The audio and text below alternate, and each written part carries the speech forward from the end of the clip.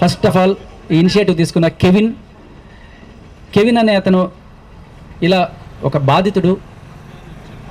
ఇవాళ రేపట్లో ఉన్న చట్టాలు కావచ్చు, మగవాళ్ళకి అగెనెస్ట్గా ఉన్న సిస్టమ్స్ కావచ్చు, వీటి వల్ల న్యాయం కోసం పోరాడుతూ గత 2 ఏళ్ళుగా తనకి న్యాయం దొరకలేదని ఏకంగా తనే లాలో చేరి న్యాయవాద అవ్వాలనుకుంటున్న ఈ కెవిన్ తను చేస్తున్న ధర్నా కోసం మేమందరం కూడా సపోర్ట్గా వచ్చాం.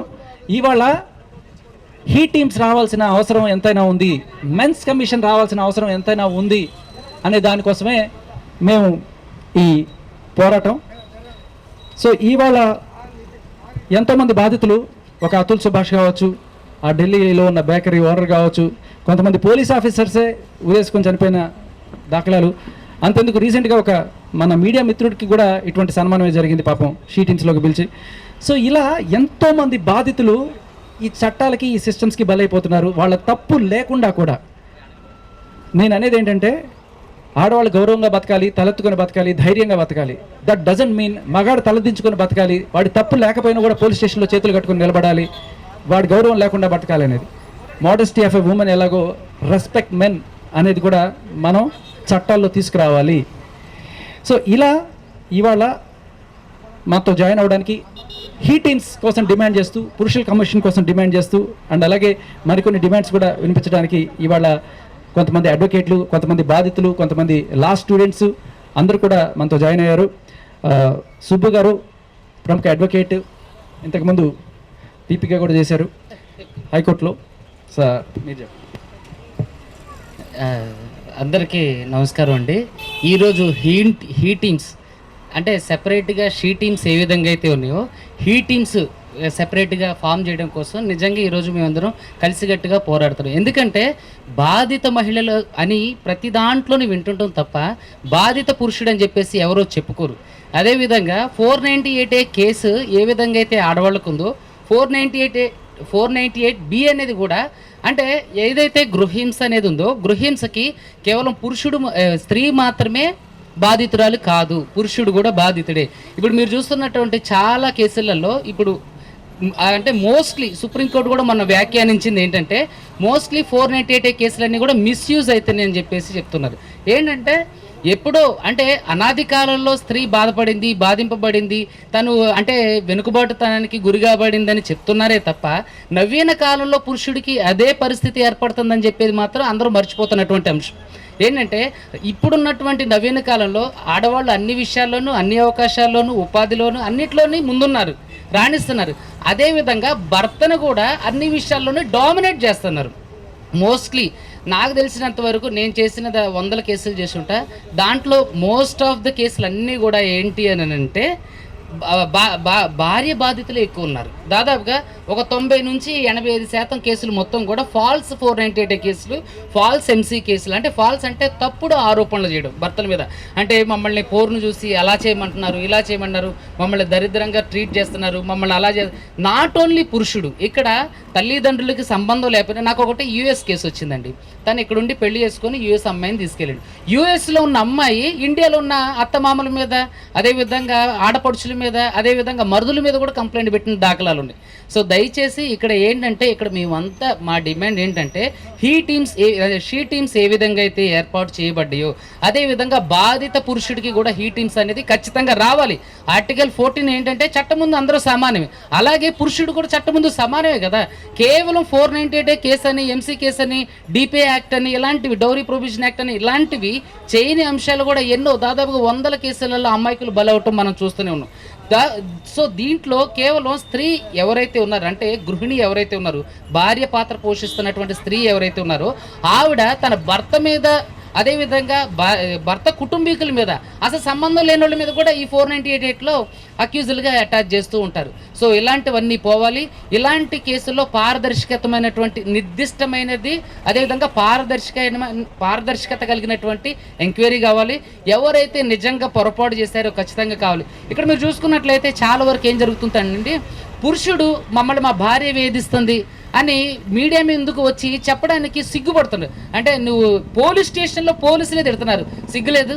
నువ్వు మగాడు అయ్యుండి నీ భార్య ఇబ్బంది పెడుతుందని చెప్పడానికి నీకు సిగ్గులేదు? నీ భార్య నిన్ను ఇలా చేస్తాను, 2 తగిలించి కూర్చోబెట్ట, అదే 2 తగిలిస్తే ఇదే పోలీసు వచ్చి కేసు పెడుతుంటాడు. సో దయచేసి ఇక్కడ పురుషుడికి కూడా భావ ప్రకటన స్వేచ్ఛ ఉంది, పురుషుడికి కూడా అన్ని మూడ్ స్వింగ్స్ ఉంటాయి. ఆడు కూడా ఏడ్చుడు. బాధితుడు ఎవరైనా సరే, అది స్త్రీ కానివ్వండి పురుషుడు కానివ్వండి, న్యాయం జరగాలి. ఇక్కడ మా డిమాండ్ ఏంటంటే బాధితులకు న్యాయం జరగాలి, వాళ్ళు పురుషుల స్త్రీల. ముఖ్యంగా ఇప్పుడున్నటువంటి నవీన కాలంలో నిజంగానే బాధితులందరికీ న్యాయం జరుగుతుందా అండి? తప్పకుండా జరగాలి. ఇప్పుడు హైకోర్టులో కానీ కింద స్థాయి కోర్టుల్లో కానీ ఎన్ని వరకు కేసులు పెండింగ్ లో ఉన్నాయి? ఎందుకు లాగ్ చేస్తోంది? యాజ్ ఏ అడిషనల్ పీపీ మీరు చెప్పండి. నేను అడిషనల్ పీపీని కాదండి, జస్ట్ హైకోర్టు అడ్వకేట్ ని. అయితే ఇక్కడ నేనేం చెప్తున్నట్టే, లక్షల్లో కేసుల్లో పెండింగ్ లో ఉండడానికి కారణం ఏంటంటే, ఇక్కడ అంటే న్యాయం ఎంత అంటే దాన్ని ఏమంటారు, ఎంక్వైరీ స్లోగా జరుగుతుంది. భార్యాభర్తల కేసులలో ఎవరు కూడా అంత తొందరగా ఇన్వాల్వ్ అయ్యి జడ్జిమెంట్లు ఎవరు, ఎందుకంటే వాళ్ళకి కొంత టైం అనేది ఇవ్వడం ద్వారా కొంచెం వాళ్ళిద్దరి మనస్తత్వంలో మార్పులు ఏమైనా జరిగి, అదేవిధంగా అంటే మామూలుగా సామాజిక మార్పులు, కుటుంబ మార్పులు ఏమైనా జరిగి వాళ్ళు కలుస్తారేమోనన్న ఇంటెన్షన్తో లేట్ చేయడం జరుగుతుంది తప్ప, మీరు చూడండి 498 కేసు ఆడవాళ్ళు వెళ్ళి పెట్టిన తర్వాత వెంటనే ఎఫ్ఐఆర్ చేస్తారు.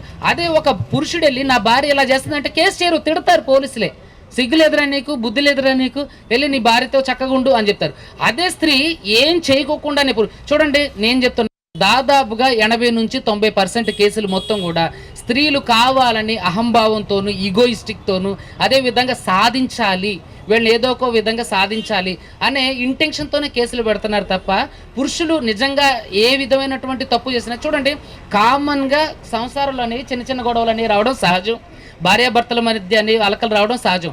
కానీ మా అమ్మగారిని మీరు సరిగ్గా రిసీవ్ చేసుకోలేదని, మా తమ్ముడితో మీరు సరిగ్గా మాట్లాడలేదని, మా వదిన గారు కొడుకుతో మీరు సరిగ్గా లేరని చెప్పేసి ఇలాంటి కేసులు కూడా ఉన్నాయండి.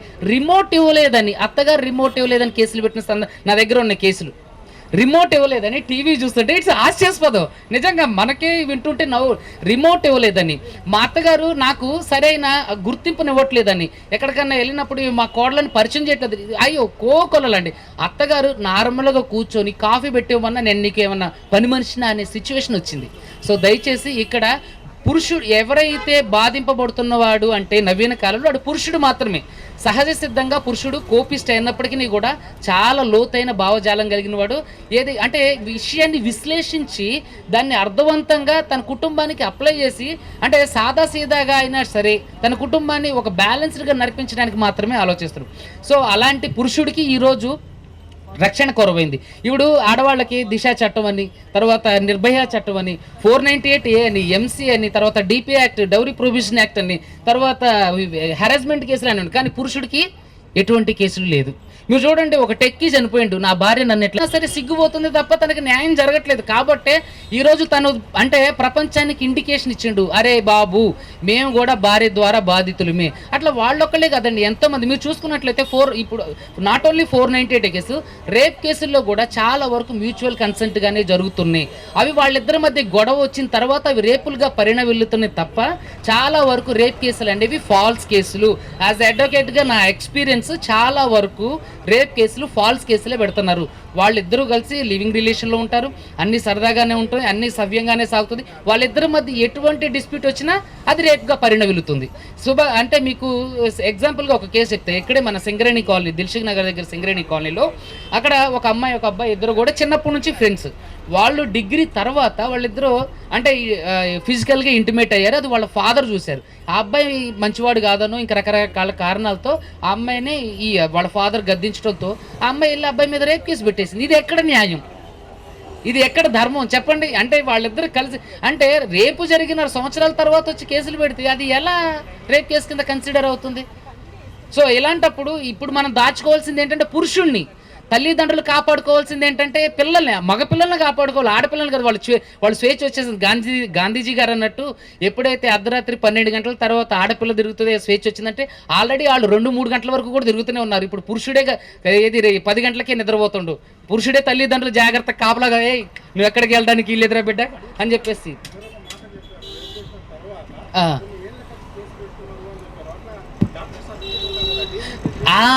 ఎగ్జాక్ట్లీ, మంచి క్వశ్చన్ అడిగారండి. డాక్టర్ సర్టిఫికేట్ ఉండదు, వాళ్ళకి మెడికల్ రిపోర్ట్లు ఉండవు, కేవలం మమ్మల్ని రేప్ చేశారు అనే ఒక పదంతో రేప్ కేసు పెట్టొచ్చు. వాస్తవానికి చాలా వరకు రేప్ కేసులు జరిగినాయి. మీరు చూస్తే నార్త్లో ఎక్కువ జరుగుతుంటాయి. మీరు అంటున్న నిర్భయ కేసు కానీ, దిశ కేసు కానీ, దిశ చట్టాలు కానీ, నిర్భయ చట్టాలు కానీ, అవన్నీ నిజంగా రేపులు జరిగితేనే వచ్చాయి.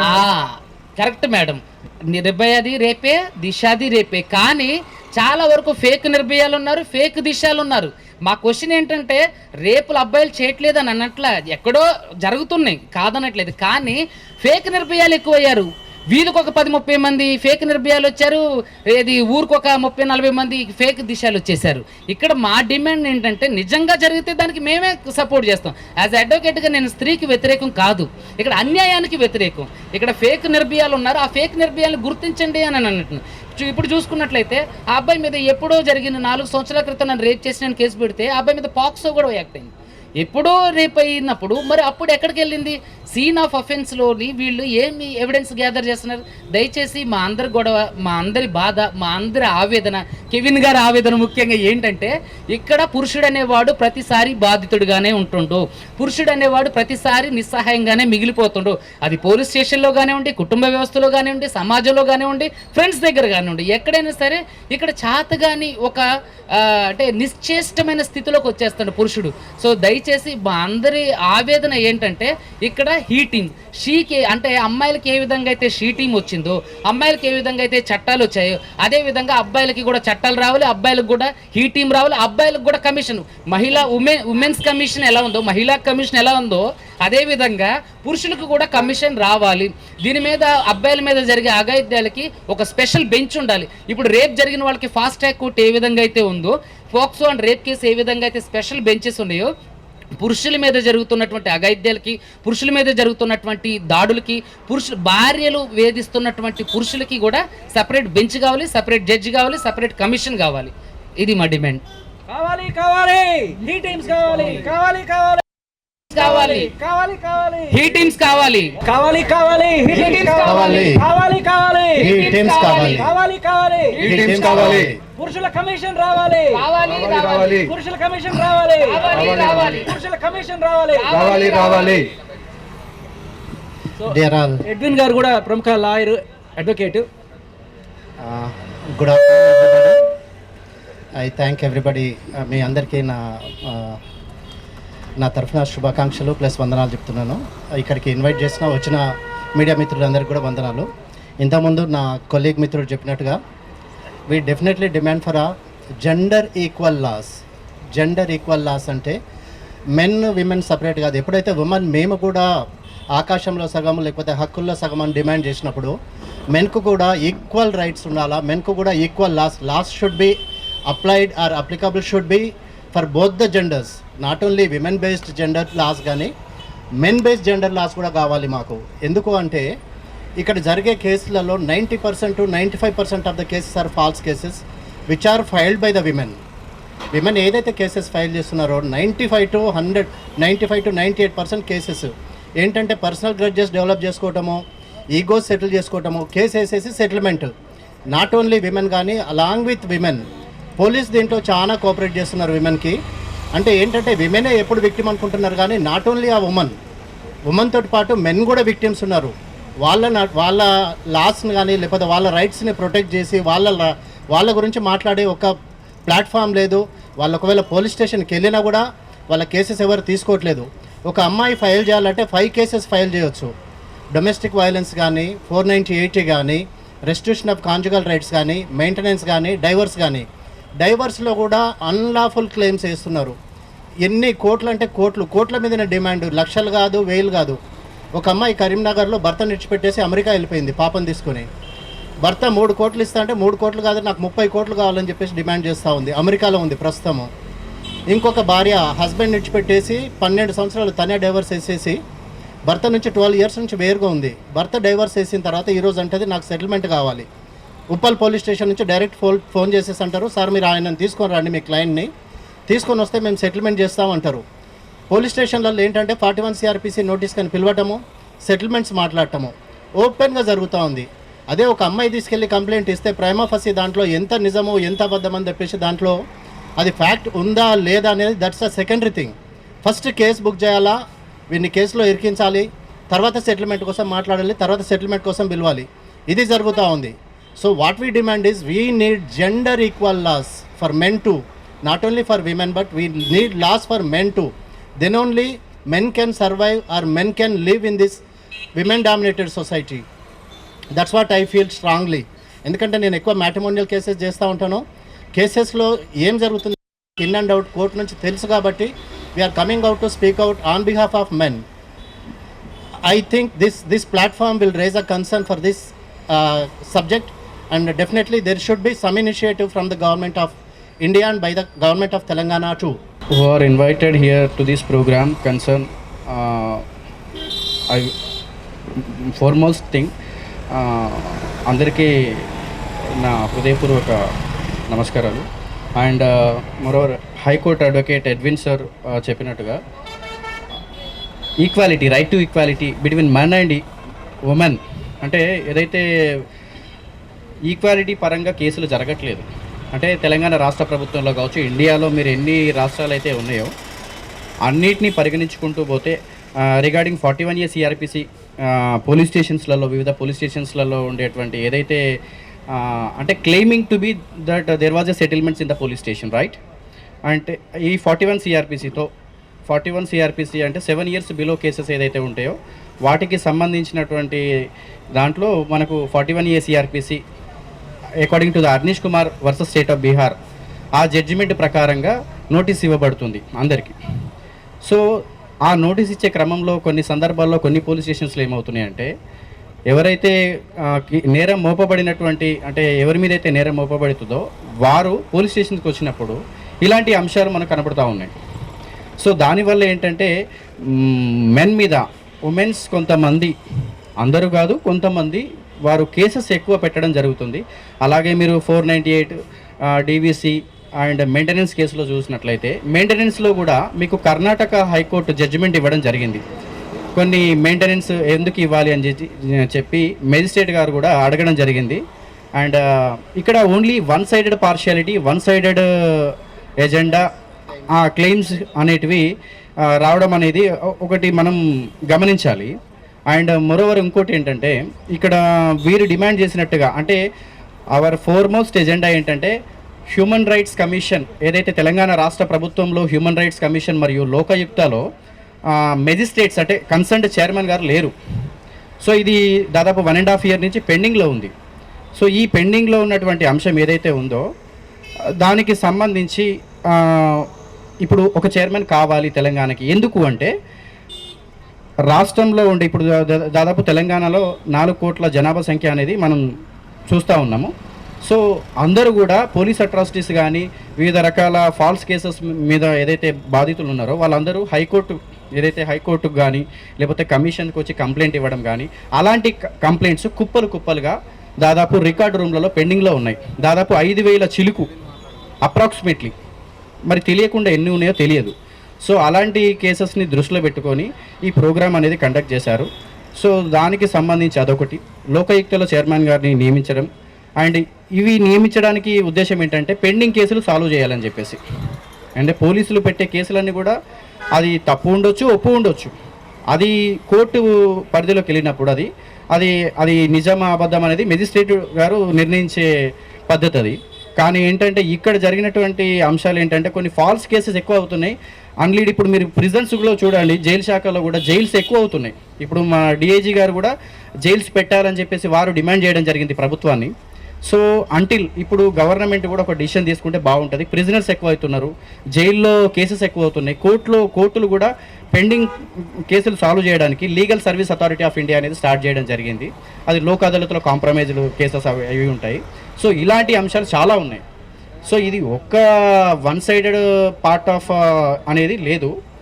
సో ఇవన్నీ దృష్టిలో పెట్టుకొని గౌరవ ముఖ్యమంత్రి రేవంత్ రెడ్డి గారు ఈ యొక్క ప్రోగ్రామ్ను కూడా వీక్షించి మరి తెలంగాణ రాష్ట్ర ప్రభుత్వంలో ఏదైనా ఈ కమిషన్కు లోకాయుక్త కానీ స్టేట్ హ్యూమన్ రైట్స్ కమిషన్ చైర్మన్ని అపాయింట్ చేయవలసిందిగా ముఖ్యమంత్రి గారిని కూడా మేము కోరుకుంటున్నాం. అండ్ మోరోవర్ ఇక్కడ ఓన్లీ స్త్రీ అంటే మన కల్చర్ రెస్పెక్టబుల్ ఏంటంటే ఉమెన్, కానీ కొంతమంది 100లో ఒక ఏదో 5%, 10% కొంతమంది గ్రడ్జ్తోనో పొలిటికల్ ఇన్ఫ్లుయెన్స్తోనో లేకపోతే ఇంకేదో సంథింగ్ ఫినాన్షియల్ ఆస్పెక్ట్స్ ఇంకేదైనా సంథింగ్ పర్సనల్ ఎజెండాస్తోని కంప్లైంట్స్ ఇచ్చినప్పుడు కేసు రిజిస్టర్ చేయడం పోలీస్ వారి బాధ్యత వాస్తవంగా. కానీ దాంట్లో ఏమవుతుందంటే కొన్ని మిస్లీడ్ అవుతున్నాయి కొన్ని అంశాలు, దానివల్ల మెన్ మీద కేసులు ఎక్కువ పెట్టడం జరుగుతూ ఉంది. సో ఇవన్నీ దృష్టిలో పెట్టుకొని మేము ఒక పొలిటికల్గా ఇప్పుడున్న రూలింగ్ పార్టీ రేవంత్ రెడ్డి గారిని మేము కోరుకునేది ఏంటంటే, ఓన్లీ మాకు హ్యూమన్ రైట్స్ కమిషన్ లోకయుక్త కమిషన్లో మనకి ఒక చైర్మన్ని అపాయింట్ చేయవలసిందిగా మేము అనుకుంటున్నాము. అండ్ ఐ విష్ యూ ఇక్కడ మీడియా మిత్రులు ఎవరైతే వచ్చారో వాళ్ళందరికీ కూడా నా ధన్యవాదాలు. అండ్ ఇక్కడ ఈ ప్రోగ్రామ్ కండక్ట్ చేసినటువంటి కెవిన్ ఒక టీం లీడర్గా తీసుకొని ఇక్కడ హైకోర్టు అడ్వకేట్ ఎడ్విన్ గారు అండ్ నరేందర్ రెడ్డి అని చెప్పేసి Siddipet ABVP candidates and law students వీళ్ళందరూ లా స్టూడెంట్సే. So being me also a law student, so మేము ఇలాంటి అంశాలు మేము చూసాము. అండ్ మా సీనియర్స్ దగ్గర మేము ఒక జూనియర్గా జాయిన్ అవ్వి ఇలాంటి కొన్ని డిఫరెంట్ ఆస్పెక్ట్స్లో మేము అనుకుంటున్నాం. సో ఇవన్నీ కూడా రాష్ట్ర ముఖ్యమంత్రి గారు చూసి ఒక డెసిషన్కి వస్తారని మేము అనుకుంటున్నాం. Thank you everyone. And thank you for coming. Thanks to all the journalist. So first of all నేను ఇక్కడ ఈరోజు ఈ ధర్నా పెట్టడానికి రీజన్ మెయిన్గా ఏంటంటే నేను ఒక బాధితుడిని. సో నేను ఒక అడ్వకేట్ శ్రావ్య అని చెప్పేసి ఇక్కడే ఉంటుంది చిక్కడపల్లిలో దగ్గరలోనే. సో ఆ అమ్మాయి బాధితుడిని నేను ఒక మూవీ కేసులో ఒక 30 లక్షలు ఇన్వెస్ట్ చేసి ఆ అమ్మాయి దగ్గరికి వెళ్ళడం జరిగింది. ఆ సివిల్ కేసు మ్యాటర్ తనకి ఇవ్వడం జరిగింది. అయితే ఆ విధంగా మేమిద్దరం ప్రేమలో పడి కొచ్చికి వెళ్ళిన తర్వాత అక్కడ కొంత డబ్బు నేను ప్రొఫెషనల్ ఫీజుగా స్పెండ్ చేయడం జరిగింది. స్పెండ్ చేసిన తర్వాత మళ్ళీ ఆ అమ్మాయి ఇక్కడికి వచ్చిన తర్వాత మన ఇద్దరం విడిపోదామని చెప్పింది. సరే ఓకే అన్నాను. అయితే కాకపోతే ఏదైతే ప్రొఫెషనల్ ఫీజు ఇచ్చానో ఆ ఫీజు తిరిగి ఇవ్వమని అడగడం వల్ల తను నా పైన కేసు పెట్టింది. ఫస్ట్ కేసు వచ్చేసి January 8, 2024లో పెట్టిందండి. షీ టీమ్స్ పోలీస్ వాళ్ళు వచ్చి మా ఇంటికి నా టేబుల్ మీద ఉన్న 4 గ్యాజెట్స్ అన్నీ కూడా 2 ఫోన్స్ 2 ల్యాప్టాప్స్ అంతా కూడా సీజ్ చేసేసారు without giving a Caesar report. So basically ఇప్పుడు మనం చూస్తే బైక్స్ కానీ కార్స్ కానీ వెళ్తున్నాయి, ఇక్కడ ట్రాఫిక్ పోలీస్ వాళ్ళు ఆపారనుకోండి, ఆపినప్పుడు వాళ్ళు చలాన్ ఇవ్వకపోతే అంటే దాని ఉద్దేశం ఏంటి, బేసిక్లీ బ్రైబ్ కోసం అనే మెయిన్గా ఉంటుంది. సో అలా విధంగా వాళ్ళు సీజర్ రిపోర్ట్ అనేది నాకు ఇవ్వకుండా నన్ను పోలీస్ స్టేషన్కి తీసుకెళ్లారు. షీ టీమ్స్ పోలీస్ స్టేషన్ ఖైరతాబాద్కి తీసుకెళ్లారు. సాయంత్రం 4 గంటల నుంచి రాత్రి 11 గంటల వరకు అక్కడే ఉంచారు. నేను ఒక ఐటీ ఎంప్లాయీ, నా గ్రాస్ శాలరీ 36 lakhs ఉండేది. సో ఆ జాబ్ కూడా పోయింది పర్ఫార్మెన్స్ ఇష్యూ వల్ల. సో నన్ను అసలు ఎటువంటి ఒక రెస్పెక్ట్ లేకుండా ట్రీట్ చేయడము, ప్లస్ నన్ను ఒక క్రిమినల్ లాగా ట్రీట్ చేసి నా గ్యాడ్జెట్స్ అనేవి రిటర్న్ ఇవ్వలేదు. నేను ఎంత ట్రై చేసినా కూడా రిటర్న్ ఇవ్వలేదు. రిట్ పిటిషన్ వేశాను హైకోర్టులో, అయినా కూడా నాది ఇంకా ఆ కేసు పెండింగ్లోనే ఉంది. ఆల్మోస్ట్ 450 రోజులు అయిపోయింది, నా గ్యాడ్జెట్స్ రిటర్న్ రాలేదు. సో అయితే ఆ గ్యాడ్జెట్స్ కోసం రిట్ పిటిషన్ వేసిన తర్వాత ఇమీడియట్గా పోలీస్ వాళ్ళు నన్ను పిలిచి ఇదిగో నీ గ్యాడ్జెట్స్ ఇస్తాము అని చెప్పేసి నాతోటి మళ్ళీ సీజర్ రిపోర్ట్ మీద డిసీట్ఫుల్గా మోసపూర్వకంగా వాళ్ళు సిగ్నేచర్ పెట్టించుకొని ఏదైతే అన్అఫీషియల్గా చేశారో అది అఫీషియల్గా చేశారు. సో అందుకని మళ్ళీ నేను స్టేట్ హ్యూమన్ రైట్స్ కమిషన్కి తర్వాత లోకయుక్తకు కూడా కంప్లైంట్ చేయడం జరిగింది. ఇలా నాకు అన్యాయం జరిగింది, నా హ్యూమన్ రైట్స్ ఏవైతే ఉన్నాయో వైలేట్ అయినాయి అని చెప్పేసి వెళ్తే అక్కడ జడ్జిలు లేరు యాక్చువల్గా. So almost state human rights commission PRO గారితో మాట్లాడినప్పుడు ఆల్మోస్ట్ 1.5 year నుంచి కూడా జడ్జిలు లేరంట. Already public interest litigation 19 of 2023 కూడా వేశారంట, కానీ అది ఇంకా ముందుకెళ్ళట్లేదు. అదేవిధంగా లోకయుక్తకి వెళ్ళినప్పుడు అక్కడ కూడా జడ్జిలు లేరు. సో లాస్ట్ 3 months నుంచి లేరు. మన కేసు అనేది అక్కడే పెండింగ్లో ఉండిపోయింది. సో అందుకని ఈరోజు మనం ఆ జడ్జిల అపాయింట్మెంట్ కోసం అని చెప్పేసి, అలాగే శేఖర్ భాషా గారు చెప్పినట్టు అమ్మాయిలకే కాదు అబ్బాయిలకు కూడా అన్యాయం జరుగుతుంది. సో హీ టీమ్స్ అలాగే నేషనల్ కమిషన్ ఫర్ మెన్ కూడా పెట్టాలని చెప్పేసి, అదేవిధంగా కొన్ని స్టేట్స్లో ఆల్రెడీ పోలీస్ కంప్లైంట్స్ అథారిటీ ఉంది, కానీ దౌర్భాగ్యంగా మన స్టేట్లో తెలంగాణలో లేదు పోలీస్ కంప్లైంట్స్ అథారిటీ అని. అంటే పోలీసులు ఎవరైనా ఒకవేళ దౌర్జన్యం చేస్తే వాళ్ళ మీద కంప్లైంట్ ఇవ్వడానికి పోలీస్ కంప్లైంట్స్ అథారిటీ పెట్టాలి అని సుప్రీంకోర్టు ఆల్రెడీ ఇచ్చింది గైడ్లైన్స్, కానీ ఆ పోలీస్ కంప్లైంట్స్ అథారిటీ అనేది లేదు. అదేవిధంగా సైకాలజిస్టులు పెట్టాలని చెప్పేసి, బేసిక్లీ పోలీస్ స్టేషన్స్లో ప్లస్ జైల్స్లో కూడా సైకాలజిస్టులు పెట్టాలని చెప్పేసి, ఎందుకంటే కొంతమంది అమ్మాయిల మెంటల్ స్టేటస్ కరెక్ట్గా ఉండకపోవడం వల్ల వాళ్ళు రాంగ్ కేసులు పెట్టడము, అదేవిధంగా ప్రిజనర్స్ని కూడా రీఫార్మ్ చేయడము, అదే విధంగా పోలీసులు కూడా సూసైడ్లు చేసుకుంటున్నారు, ఆ విధంగా కూడా మనకి ఈ సైకాలజిస్టులు పెట్టాలి అని చెప్పేసి. ఈ మధ్య మనం చూసాం సినిమా కోర్ట్ మూవీ అని చెప్పేసి, దాంట్లో పాక్సో కేసు మీద రాంగ్గా హీరోని జైల్లో పెడతారు. సో ఇట్లాంటి కేసులు జరుగుతున్నాయి కాబట్టి ఇట్లాంటి మూవీస్ అనేవి వస్తున్నాయి. సో అందుకని మా డిమాండ్ ఏంటంటే, మేమందరం లా స్టూడెంట్స్, మా డిమాండ్ ఏంటంటే ఇక్కడ పోలీస్ లోకయుక్తలో జడ్జిలు అపాయింట్ చేయాలని చెప్పేసి. అలాగే నేను యాక్చువల్గా పోలీస్ స్టేషన్కి వెళ్ళినప్పుడు బందోబస్తుకి వెళ్తున్నారు. యాక్చువల్గా ఏసీపీ గారు కానీ డీసీపీ కానీ కొన్నిసార్లు బందోబస్తులకు వెళ్తున్నారు. అలాంటప్పుడు మనకి పబ్లిక్ ఎట్లాగా మన కంప్లైంట్స్ ఇవ్వాలంటే ఎలాగా, బందోబస్తుకి వెళ్ళారని చెప్పేసి వెళ్ళిపోమంటారు. సో మనం జాబ్లు వదిలేసుకొని తర్వాత ఈ బందోబస్తులకి సెపరేట్ పోలీసులు పెట్టాలని చెప్పేసి. రెండోది, స్టేట్ హ్యూమన్ రైట్స్ కమిషన్లో నేను ఇప్పుడు ఇందాకే చెప్పాను, పిఆర్ఓ గారు ఆల్మోస్ట్ 5,000 కేసులు పెండింగ్లో ఉన్నాయి. ఆ 5,000 కేసులు సాల్వ్ చేయాలంటే జడ్జి గారిని అపాయింట్ చేయాలి. అదేవిధంగా ఇక్కడ హీ టీమ్స్ గురించి మనము ఇందాక శేఖర్ బాషా గారు మాట్లాడినట్టు. సో ఇవన్నీ మా డిమాండ్స్ అండి బేసిక్లీ.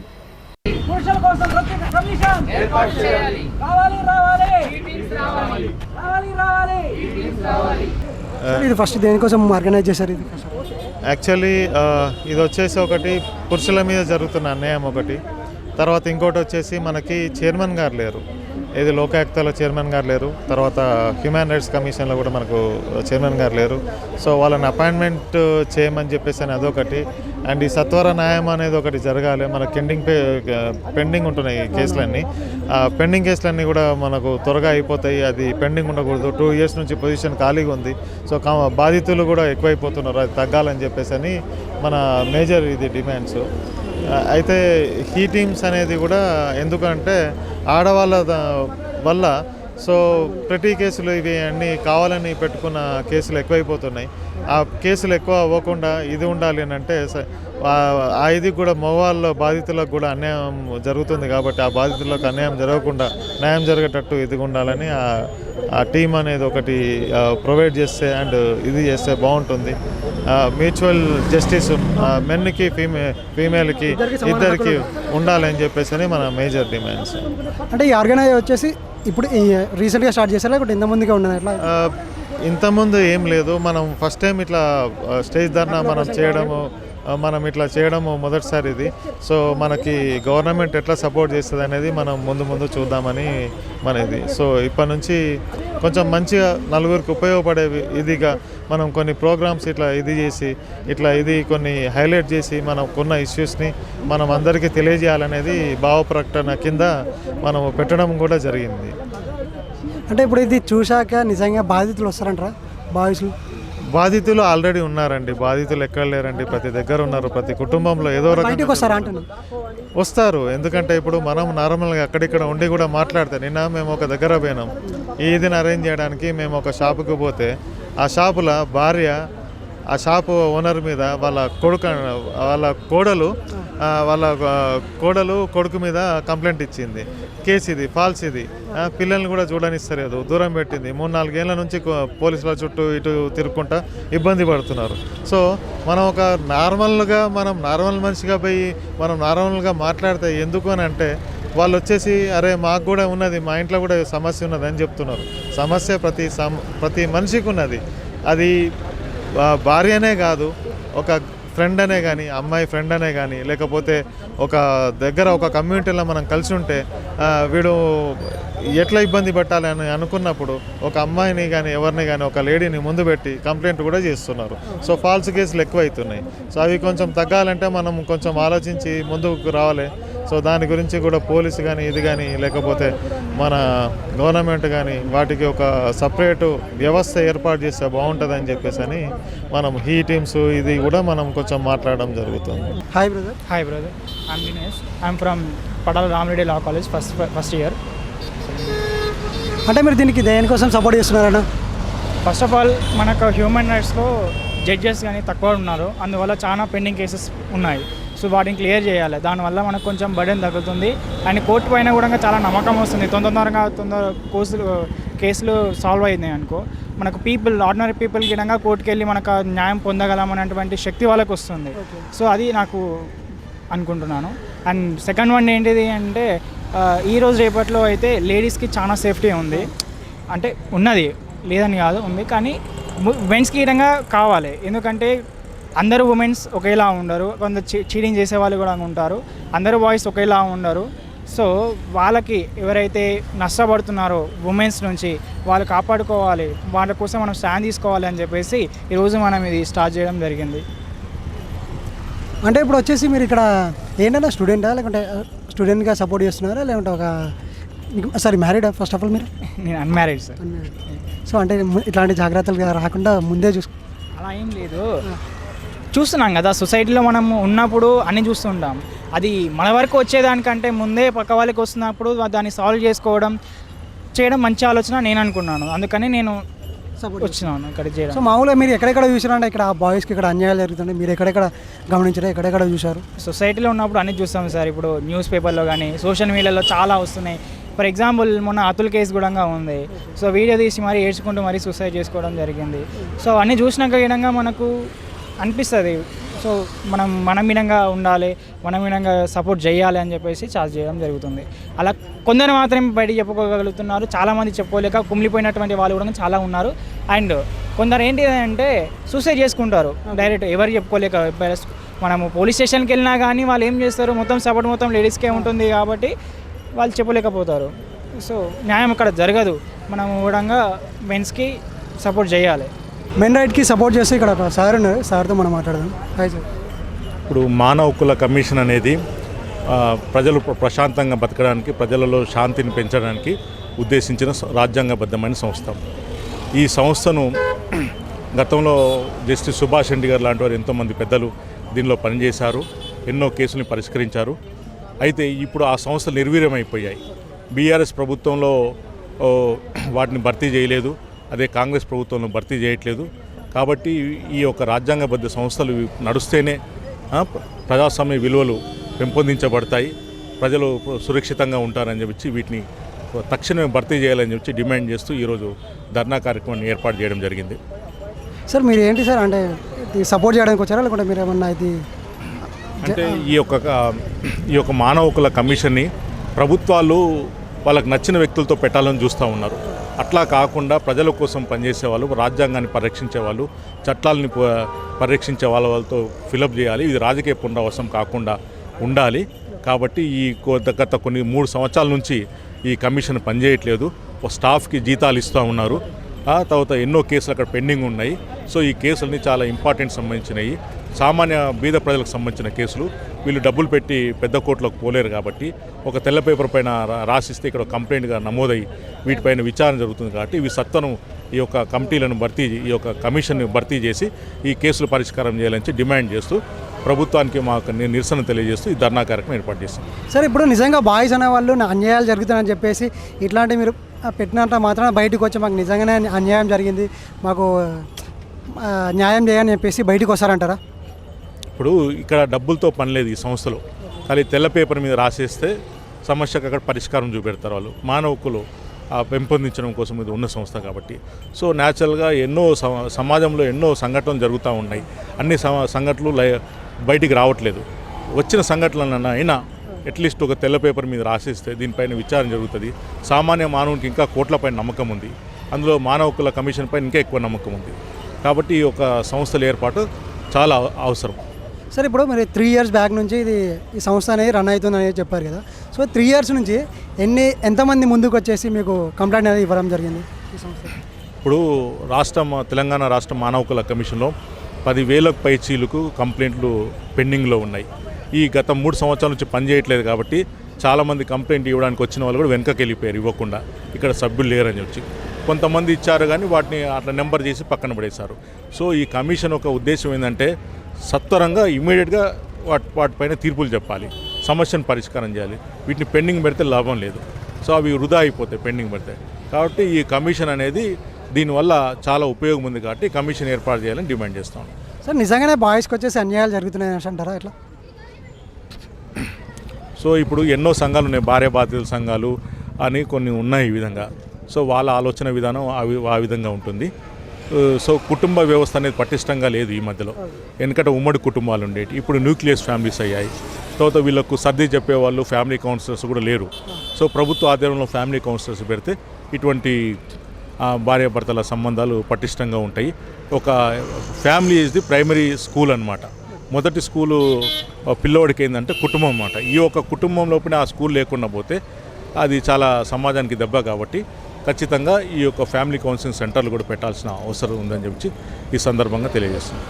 సార్ అలాగే ఇంకోటి మీరు బ్యానర్లో పెట్టారు ఏంటంటే జైల్లో కూడా మన సైకాలజీ ప్రకారం ఉండాలని చెప్పేసి పెట్టారు. ఎందుకంటే ఏదో చిన్న నేరం చేసి ఒక రిమాండ్ జైలుకి వెళ్ళినప్పుడు అక్కడ మిగతా నేరస్తులతో వాడు కలిసి పెద్ద నేరస్తులు తయారైపోతున్నాడు. Actually jail ఎందుకున్నది? ఖైదీలలో మానసిక పరివర్తన తీసుకొచ్చి వాళ్ళ నేర ప్రవృత్తి తగ్గించి సమాజంలో శాంతిని పెంపొందించడం కోసం ఉంది. కానీ అక్కడ చిన్న నేరం పైన వెళ్ళేవాడు పెద్ద నేరస్తుగా తయారై బయటకు వస్తున్నాడు. అక్కడ వాళ్ళలో మానసిక పరివర్తన జరగట్లేదు. కాబట్టి అక్కడ సైకాలజిస్టులను పెట్టాలి, వాళ్ళలో నేర తీవ్రతను తగ్గించాలి, వాళ్ళకి సమాజం అంటే ఏంటిది, శాంతి అంటే ఏంటిది, చట్టాలు అంటే ఏంటిది, మనం ఏ విధంగా కలిసి బ్రతకాలి సమాజం కోసం, సమాజ అభివృద్ధి ఏ విధంగా చేయాలి, దేశాభివృద్ధి ఏ విధంగా చేయాలని ఆ విధంగా అక్కడ వాళ్ళకు ఒక బోధన చేస్తే వాళ్ళు నేరస్తులాగా పెద్ద నేరస్తులాగా మారకుండా ఉంటారు, సమాజంలో ఆదర్శంగా ఉంటారని చెప్పే ఉద్దేశంతో జైళ్ళలో కౌన్సిలర్ని పెట్టాలంటున్నాం. ఇప్పుడు ఆల్రెడీ జైళ్ళలో ఎయిడ్స్ సంబంధించిన ప్రాజెక్టులు కొన్ని వాటిల్లో కార్యక్రమాలు జరుగుతున్నాయి. ఆ ఎయిడ్స్ ఒకటే కాకుండా ఇటువంటి కుటుంబ ఖైదీలలో మానసిక పరివర్తన తీసుకొచ్చే కార్యక్రమాలు కూడా పెట్టాలని చెప్పి డిమాండ్ చేస్తూ ఉన్నాం. సార్ ఇప్పుడు మెన్ కోసం హక్కులు కావాలని చెప్పేసి మీరు బయటకు వచ్చారు కదా, సో ఇది విన్నాక కొందరు ఏమన్నారు, ఏ విధంగా మాట్లాడారు? అంటే ఇక్కడ ఈ ఆర్గనైజేషన్స్ 4 డిమాండ్లు పెట్టారు. అందులో వాళ్ళు అనుకున్నది అంటే మెన్స్ డిమాండ్ కూడా వాళ్ళు పెట్టారు. బట్ నాకు చెప్పింది ఏంటంటే మానవ హక్కుల కమిషను, తర్వాత ఈ సైకాలజిస్టు జైళ్ళలో, తర్వాత ఈ పోలీస్ కంప్లైంట్ అథారిటీ. ఈ పోలీస్ కంప్లైంట్ అథారిటీ అనేది ఉందో ఇది సుప్రీంకోర్టు గతంలో 2000 సంవత్సరంలో ఇచ్చిన తీర్పు అనమాట. ఇప్పటికి 25 ఏళ్ళు అవుతుందా అమలు అవ్వట్లేదు. దేశంలోని అన్ని రాష్ట్రాల్లో ఇంప్లిమెంట్ అయింది, ఒక తెలుగు రాష్ట్రాల్లో కాలేదు ఇది. ఎందుకంటే పోలీస్ కంప్లైంట్ అథారిటీ అంటే ఈ యొక్క పోలీసు వాళ్ళని క్రమశిక్షణలో వాళ్ళ డ్యూటీలు వాళ్ళు చేసుకోవడానికి, వాళ్ళ ఒక దౌర్జన్యాలు ఉండకుండా ప్రజలలో పోలీస్ ఫ్రెండ్లీ ఉండడం కోసం ఈ వచ్చే పోలీసుల పైన వచ్చే ఫిర్యాదులకు ప్రతి జిల్లాలో ఏర్పాటు చేయాలని సుప్రీంకోర్టు చెప్పింది. మన తెలంగాణలో ఏర్పాటు కాలేదు కాబట్టి ఇది కూడా ఏర్పాటు చేయాలి. వేస్తే దీనివల్ల సమాజంలో శాంతి అనేది ఏర్పడుతుంది, పోలీసులు కూడా సక్రమంగా పనిచేస్తారనే ఉద్దేశంతో ఇదొక డిమాండ్ కూడా ఆర్గనైజేషన్స్ పెట్టారు. ఈ విషయం పైన కూడా మాట్లాడడానికి నేను ఈరోజు రావడం జరిగింది. సార్ ఇప్పుడు వచ్చేసి మెన్ మాకు ఈ హక్కులు కావాలని చెప్పేసి ఓన్లీ తెలుగు రాష్ట్రాలైనా లేకపోతే మొత్తం భారతదేశం మొత్తం కావాలని చెప్పేసి పోరాడిస్తున్నారు. ఏదైతే ఉందో పుట్టబోయే బిడ్డ నుంచి తల్లి గర్భంలో ఉన్న బిడ్డకు కూడా హక్కులు ఉంటాయి. వీటిని ఏమంటారంటే మానవ హక్కులు ఎక్కడి నుంచి స్టార్ట్ అవుతాయి అంటే ఓము టు టోమ్ అంటారన్నమాట. అంటే తల్లి గర్భం నుంచి సమాధి వరకు అనమాట. సో ఇందులో ప్రతి జీవి కూడా హక్కు ఉందన్నమాట. ఈ ప్రకృతి లోపల ప్రతి ఒక్కరు మమే అవ్వాల్సిందే, ప్రతి ప్రాణి అవసరమే. కాబట్టి అందులో పురుషులు కావాలి, స్త్రీలు ఉండొచ్చు, అందరికీ సమానమైన హక్కులు ఉన్నాయి రాజ్యాంగం. ఒకరికి ఎక్కువ ఒకరికి తక్కువ లేదు. బలహీన వర్గాలు ఉంటారు, మహిళలు బలహీన వర్గాలు, వాళ్ళకి ఇచ్చే హక్కులు వాళ్ళకి ఇచ్చే ప్రొటెక్షన్లు వాళ్ళకు ఉన్నాయి. ఈ మధ్య ఏమవుతుందంటే ఈ భార్య బాధితులైన వాళ్ళు ఎక్కువైపోయి వాళ్ళు కూడా మా హక్కుల కోసం అరుగుతూ ఉన్నారు. సో అది వారి ఆలోచన విధానం. నేను చెప్పేది ఏంటంటే సమాజంలో అందరికీ సమానమైన హక్కులు ఉండాలి, సమాజంలో శాంతి ఉండాలి, కుటుంబం అనేది చాలా పటిష్టంగా ఉండాలి, భార్యాభర్త సంబంధాలు పటిష్టంగా ఉండాలనేది. సార్ ఇప్పుడు భార్య బాధితుల భర్త వచ్చేసి భార్య నుంచి నాకు ఈ విధంగా జరిగిందని చెప్పేసి వస్తారు అనేసి అంటారు కదా, అంటే ఎట్లాంటి అన్యాయం జరుగుతుంది అంటారు భార్యల నుంచి భర్తలకి?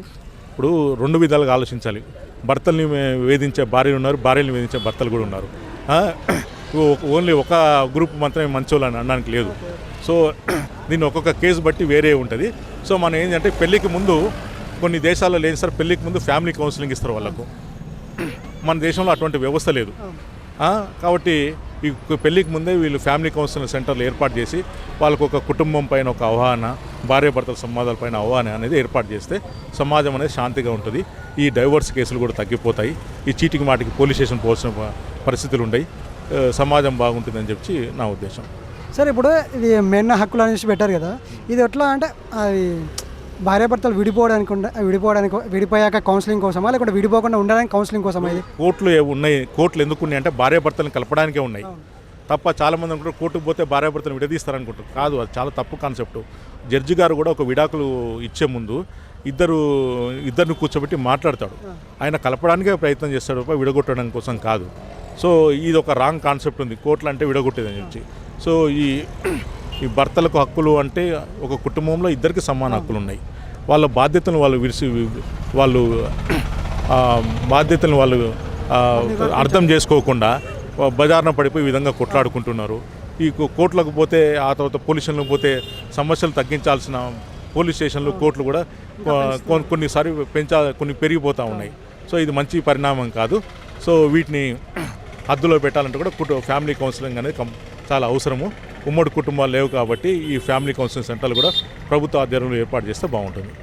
సార్ ఇప్పుడు ఈ మెన్ అనేది మీ దగ్గరికి వచ్చిన వాళ్ళకి కౌన్సిలింగ్ ఇస్తారా, లేకుంటే ఎట్లాంటి సజెషన్ ఇద్దామనేసి పెట్టారు? అడ్వకేట్ అనేవాడు ఒక సోషల్ ఇంజనీర్ అనమాట. ఇక సమాజాన్ని ఒక మంచి పద్ధతిలో నిర్మాణం చేయడానికి ఉద్దేశించినవాడు. సో ఏ అడ్వకేట్ కూడా చిన్న సమస్యను పెద్దగా చేయడు. వస్తే వాళ్ళకు కౌన్సిలింగే చేస్తాడు. సమస్యను తన పరిధిలో తగ్గించడానికి ప్రయత్నం చేస్తాడు. ఇక కాని పరిస్థితులలో ఇది అప్పుడు కోర్టుకు వేస్తాడు. కోర్టు దీనిపైన తగిన నిర్ణయం తీసుకుంటుంది. కోర్టులలో కూడా కౌన్సిలర్స్ ఈ మధ్య పెట్టారు లీగల్ సర్వీస్ అథారిటీ ఆధ్వర్యంలో. అక్కడ కూడా సమస్యను కూలంకుషంగా వాళ్ళు చర్చిస్తారు. ఇరు పక్షాలను కూర్చోబెట్టి వాళ్ళ కుటుంబ సభ్యులను పెట్టి వాళ్ళను ఒక పరిష్కార దిశకు తీసుకురావడానికి వాళ్ళు ప్రయత్నం చేస్తారు.